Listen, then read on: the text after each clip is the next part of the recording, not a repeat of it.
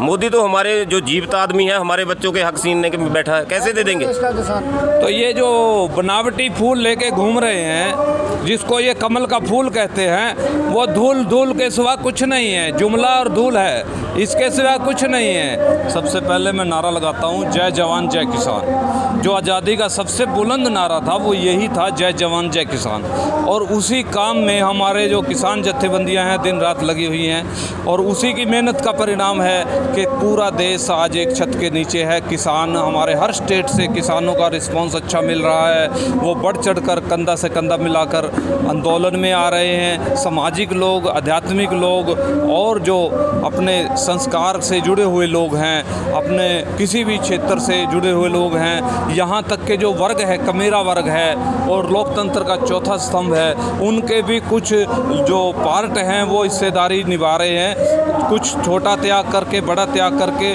मगर वो इस चीज़ को नहीं देख रहे, वो ये देख रहे हैं कि निजीकरण जो आने वाली फसल और नस्ल पे सबसे बड़ी चोट है निजीकरण की।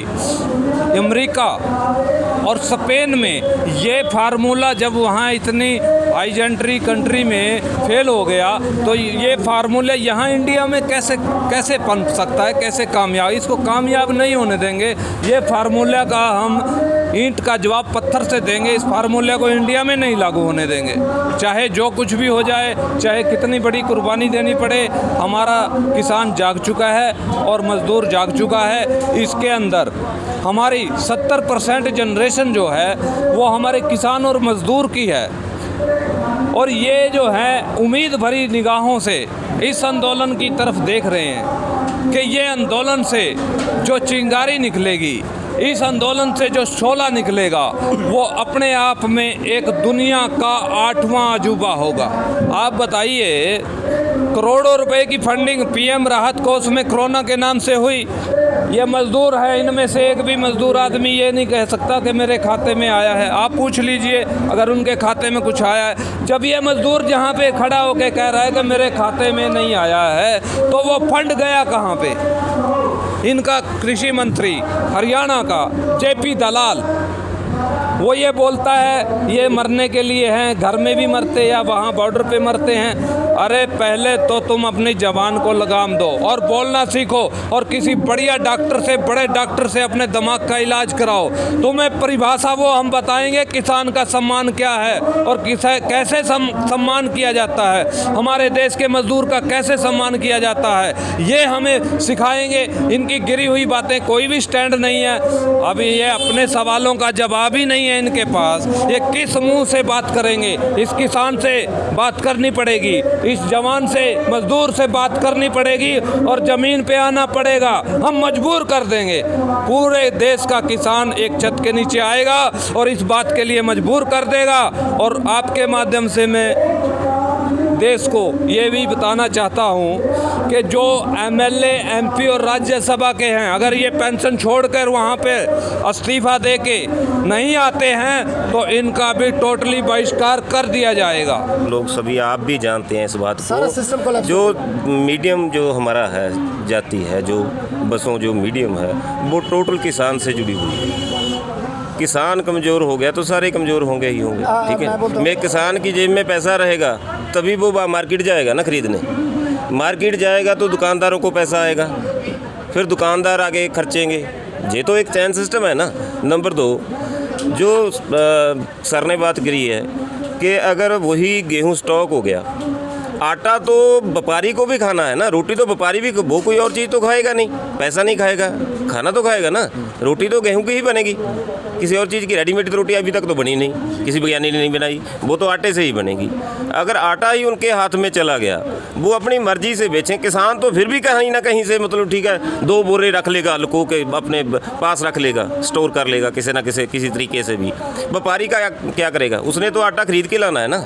ज़्यादा इफेक्ट तो व्यापारी पर ही पड़ना है। जो मीडियम लोग, जो मतलब छोटा व्यापारी है, मीडियम व्यापारी है, ज़्यादा उन पर पड़ना है। उनको आज मालूम पड़ जाए आंदोलन के बारे में, देरी से मालूम पड़ जाए, मालूम पड़ेगा, अभी पड़ा भी है। सरकार, अगर सरकार को देखना ये है ना, जो स्टेट्स में अभी इलेक्शन आ रहा है, हमारे लीडरों ने भी कहा था, किसान लीडरों ने कहा था कि आप बैलेट पेपर पे वो इलेक्शन करा के देखिए, उनको अपने आप पता चल जाएगा कि कितने देश में क्या इफेक्ट पड़ा है इसका। नाम तो इसलिए ज़्यादा आ जाता है क्योंकि देखो जो हमारा किसान पंजाब का है थोड़ा ज़्यादा मतलब डेवलप है, इसमें कोई मतलब हम अवेयर भी है, पढ़ा लिखा भी है, हमारे बच्चे बाहर भी हैं, इधर भी पढ़े लिखे हैं। हम एक हमारे एक ब्लड में है कि हम जो कहते हैं ना कि धक्का सहन नहीं कर सकते, ठीक है नहीं, ये हम पहले से हमारे ब्लड में है। अभी हमारा छोटा भाई हरियाणा वो भी महसूस कर रहे हैं कि ना किसी के ऊपर अत्याचार करो, अत्याचार सहना, धक्का सहना उससे भी बड़ा पाप मानते हैं हम। जो हमारे साथ गलत हो रहा है वो हम ये नहीं माने कि हमारे साथ गलत हो रहा है, वो हमारे बच्चों के हक छीन रहे हैं। राजा वो होता है। अभी हमारे पास एक ऐसा राजा है जो ये भी नहीं पूछ रहा कि लोग यहाँ, आपने रात देखा होगा कितना बाहर चक्कड़ आया था, किसी लीडर का कोई दिक्कत नहीं है यहाँ। मतलब हमारी लेडीज़ हैं, आप देखते हैं कभी बाथरूम वहाँ जाना पड़ता है, वहाँ जाना पड़ता है, उनको कोई दिखाई नहीं देता। क्या वोट लेना ही हमारा हक है? देश की जनता को की सहूलत देखना, उनकी तकलीफ देखना का राजा का पीएम का नहीं। एक परिवार में 10 बच्चे हैं, ठीक है नहीं, और बाहर से एक आदमी आता है, वो एक गिलास में पॉइजन जहर लेके आता है, ठीक है नहीं, वो बोलता कि आप 2 बच्चे रख लो, 8 को मैं जहर देता हूँ, ये आपके फ़ायदे में है, ठीक है नहीं। अगर प्रैक्टिकल में सोचेंगे तो है फ़ायदे में। यहाँ ठीक है, बच्चे कम हो रहे हैं, क्या मारने दे देगा कोई किसी को? रही बात मोदी जी के कहने में, मोदी जी तो और बहुत कुछ कहते हैं, वो कितना सच कहते हैं, कितना और अनाप शनाप कहते थे, तो आपको भी पता है कितना सच कहते हैं। वो अक्सर झूठ ज़्यादा बोलते हैं, मन की बात करते हैं, आत्मा की आवाज़ नहीं करते वो। दूसरी बात, मोदी जी जो भी कहते हैं वो पॉलिटिकली मोटिवेटेड है, वो कैपिटलिस्ट है, जो सरमाएदार उनके हाथों में जो भी प्ले कर रहे हैं उनकी अपनी मजबूरी है। मैं तो समझता हूँ इतना मजबूर कोई भी नहीं हो सकता। शायद मनमोहन जी भी नहीं थे कभी भी, उनको बार बार बोला गया ना कि मजबूर प्रधान। मेरा ख्याल है मनमोहन जी इतने मजबूर नहीं थे जितने ये हैं। क्यों? इसको एक सिस्टम बन चुका है, ये ना तो पीछे हट जाते हैं ना आगे जान पीछे। वो कहते नहीं खाता कोड़ी तो सड़ कलंकी, पंजाब में कहते हैं खांदा कोड़ी सड़ कलंकी। तो ऐसे बात है, मोदी जी कहते गए जो मन आया करते गए, लेकिन अभी ऐसे फैसला हो गया वो पीछे हटने के भी उसमें बुराई समझते हैं। लेकिन उनके कहने पर उसने ना MSP थी, MSP होती है ना तो आज मक्का 800 रुपये क्विंटल नहीं बिकता बिहार में। अगर MSP यहाँ होती हरियाणा में तो यहाँ दान 1300-1400 उठा के पंजाब में 1900 नहीं बिकता, क्योंकि वहाँ MSP है, वहाँ MSP बिकता है, ज़्यादा नहीं बिकता। सर MSP अगर है और रहेगा तो अब वो रिटर्न में देने में उनको क्या दिक्कत है? कानून बनाने में क्या प्रॉब्लम है? इतना जब वो संसद में भी बोलते हैं कि रहेगा तो उसको आप कानून बना दो, कितनी दिक्कत की बात है? आप ये भी बोलते हैं ना, मोदी जी आप कहते हैं हमारे प्रधानमंत्री सही बोलते हैं, सच बोलते हैं, हालांकि बोलते तो नहीं है, सच तो वो बोलते ही नहीं है। जो बात वो सदन में बोल रहे हैं उनका जो खेती बाड़ी, मोदी ने झूठ का बोला। मैं क्या गिनाऊँ आप? कौन सी दिशा में जा रहा है? जब आज हरियाणा का मतलब वहाँ पे भी अविश्वास प्रस्ताव पारित हो गया और लोगों ने कह दिया, ग्रामीण लोगों ने, कि जो भी किसानों के साथ नहीं है उन्हें हम अपने घरों में तो क्या अपनी जो गांव है उसकी दहलीज भी पार नहीं करने देंगे। तो आपको पता है कि ये सही दिशा में जा रहा है। इस बात ये है कि हम जीत रहे हैं, कहीं ना कहीं ये हमारी जीत की तरफ इशारा कर रहा है। सरकार को तो बहुत कुछ लगता था, लेकिन वो सारी बातें उन्हें लगा कि सर्दी आ गई अब बंद हो जाएगा, फिर उनको लगा अरे बारिश आ गई अब बंद हो जाएगा, फिर लगा अरे अब तो गर्मी आ गई है अब बंद हो जाएगा। लेकिन सरकार भी अच्छे से अपने घर में जानती है, जैसे कि आपने देखा होगा कि बिल्ली जब दूध पीती है तो आँख बंद करके पीती है कि कोई देख ना ले।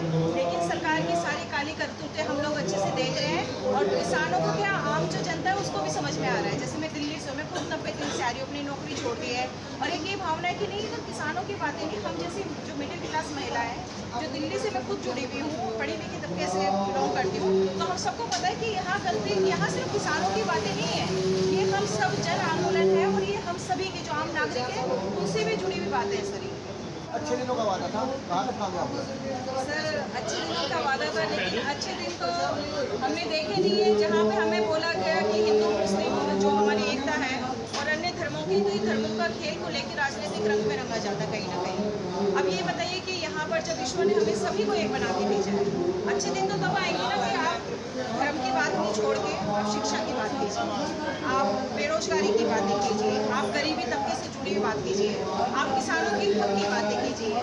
जो किसान इधर 100 दिन से ऊपर हो गए, 250-300 से ज़्यादा शहादतें हो गई, उसकी उसके बाद आप चुप बैठे हैं। तो यहाँ पे हमें सब कुछ नहीं चाहिए, ना हमें मस्जिद चाहिए, ना मंदिर चाहिए, ना और कोई भी धर्म नहीं चाहिए। हमें सिर्फ इधर अपनी अभी 2 वक्त की रोटी चाहिए।